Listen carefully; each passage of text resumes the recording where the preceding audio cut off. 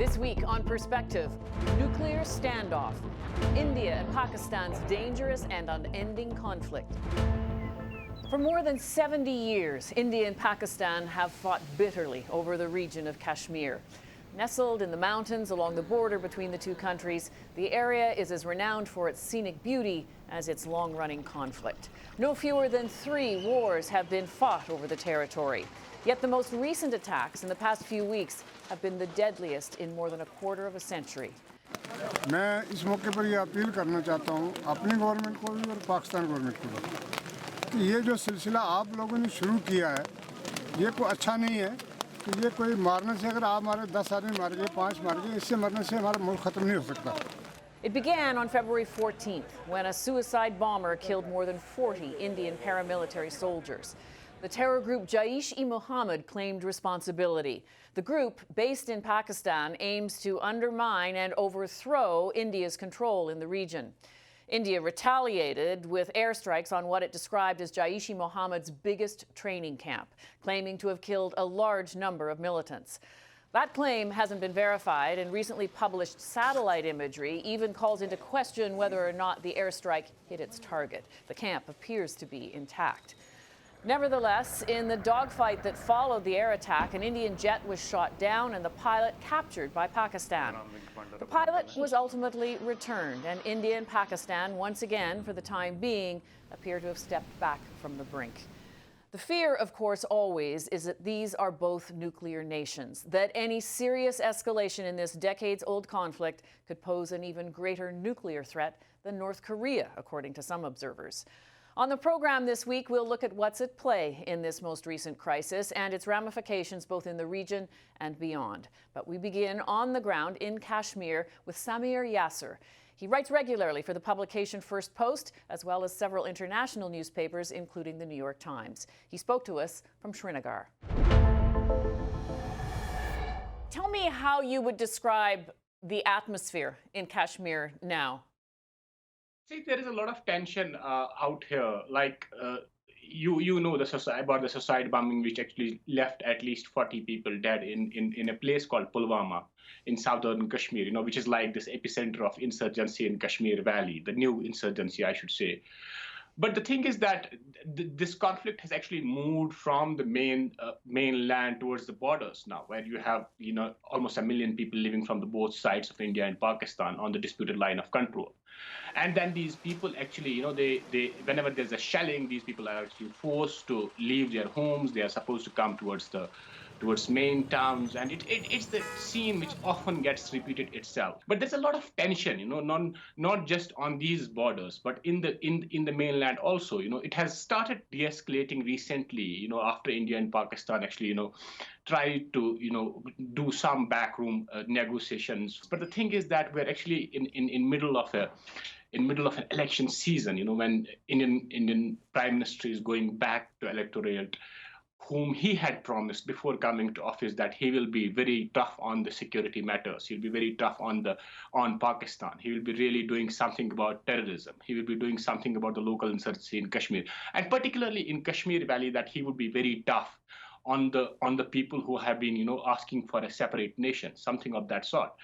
But to be very honest, things does not look as as he would have promised them. So let me ask you, when they look at the election, how do Kashmiris look at the politics of this? How do they view the attack in recent weeks, for example, in that political context? Well, it's something which has been going on for a long time. It's not just something which happened new. It's like the insurgency started in 1989, and then in 2014 there was something which actually came up, and the new militants actually started coming on Facebook. They started publishing pictures.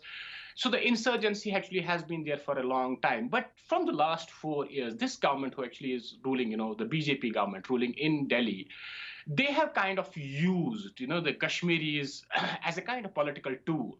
For example, there will be a lot of talk about Kashmir in mainland India. There will be a lot of, WhatsApp groups actually trying to disinformation, bad information to people, about Kashmiris, that they're all terrorists and that they're doing something bad to this country. But the thing is, ultimately, it's a political dispute. It has been going on there for many decades now. And what the New Delhi has recently done is they have actually, they have gone out, for example, against these militants, calling it an Operation All Out, killing 250 militants last year, and jailing separatist leaders who kind of represent that sentiment, if you will, of Kashmiri people. There have been massive raids being carried against these, people, putting them in jail and not letting them to hold, for example, public rallies. So they have actually choked that space, that abortion space, which actually was there for a long time. So this is how Kashmiris actually, they see New Delhi these days much tougher than it was, for example, 10 years or 5 years back. Tell me a little bit, when you talk about how this crisis has been ongoing, tell me a little bit about what it's like for people who actually live along the border. I mean, we know about the recent attacks and that sort of focused international attention, but day to day, what are they living with? See, we are talking about millions of people. For example, I was recently there down on the line of control, and one of the guys actually told me that our lives actually depend on the mood of a soldier. From both sides. What his mood would be. So there are these people actually live right on the. There are thousands and thousands of people who live along this 750 kilometers of line of control between India and Pakistan, which is disputed. And their lives actually are dependent on the soldiers manning the post from the both sides. For example, if a soldier starts a sniper fire or shells a particular village, there is going to be a response from the other side also. And we never know who actually starts it. Is there gunfire? Is there sniper fire? Is there interaction every day? It's almost every week now. Almost every week, every day. Whenever it's not something which has stopped. I mean, there was a complete lull from the last, in couple of months, but it has been going on forever. Whenever I have been covering this conflict from the last 7-8 years, and I've always seen this firing, people's houses getting burned, shells arriving inside the village, inside the cattle sheds even. People getting injured, and most of these places don't have better medical facilities. Whenever a shell lands, there are villages in Jammu area, where majority of these, houses, for example, village after village have been burned down. And it's exactly same. The story is same on the other side of the line of control also. What I have seen personally, covering this conflict, is that they live a miserable life, if you will, like a miserable life, a hard life. It really depends on those soldiers who actually man these borders.